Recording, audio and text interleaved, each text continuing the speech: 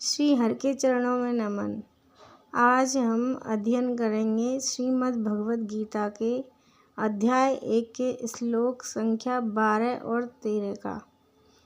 तस्य संजयार्ष कुरु वृद्ध पितामह सिंहनाद विनद्धोचे शंखदद्मो प्रतापवान ततः शंखास्य भैर्यस्य पणवानक गोमुखा सहस्रसेव्यान्त्यन्त सशब्दस्तुमूलो अभवत्।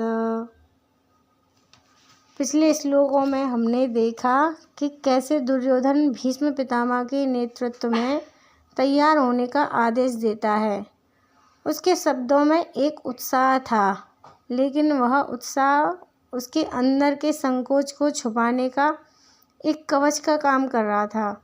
जैसे दुर्योधन अपनी सेना को नहीं बल्कि अपने डर को उत्साहित कर रहा हो और अब उसी डर के खिलाफ उसी भरोसे के लिए रथ पर खड़े भीष्म पितामह, जिन्हें दुर्योधन अपना मानसिक योद्धा समझता है, वह खुद अपनी शंख की ध्वनि के साथ उस महायुद्ध का पहला संकेत देते हैं।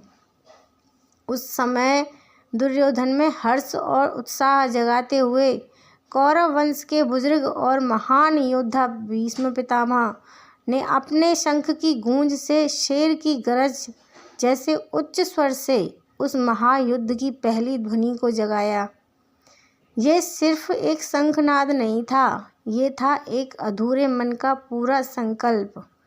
भीष्म, जिनका मन पांडवों के साथ था लेकिन वचन कौरवों की प्रति था, उनका शंख का बजना अंदर ही अंदर एक महायुद्ध का आरंभ था, जो बाहर तो कुरुक्षेत्र में था लेकिन भीतर तो भीष्म के अंदर कब से चल रहा था। दुर्योधन ने जो घोषणा कर दी, अब भीष्म ने उस पर अपना कार्य शुरू कर दिया। जब भीष्म जैसे महाप्रतापी योद्धा अपना शंख बजाते हैं तो समझ लीजिए कि अब युद्ध होगा। उस शंख के बाद कई और शंख, ढोल, नगाड़े और बाजों की ध्वनि गूंज उठी।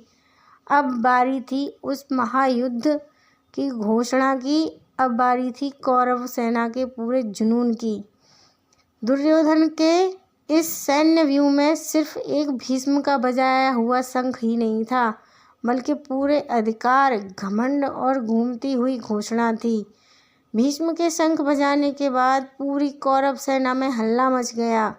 हर योद्धा ने अपने अपने शंख, ढोल, मृदंग और नगाड़े बजाना शुरू कर दिया।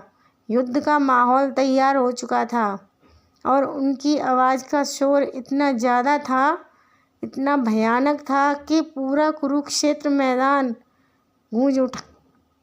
ये सिर्फ गाने बजाने के साधन नहीं थे, बल्कि उस अंधकार की गूंज थी जो युद्ध की आंखों में खून और कानों में गूंज बनकर उतर रही थी। ये एक गहरे शोर की आवाज़ थी जो सिर्फ बाहर ही नहीं, अंदर भी हलचल मचा रही थी। धन्यवाद।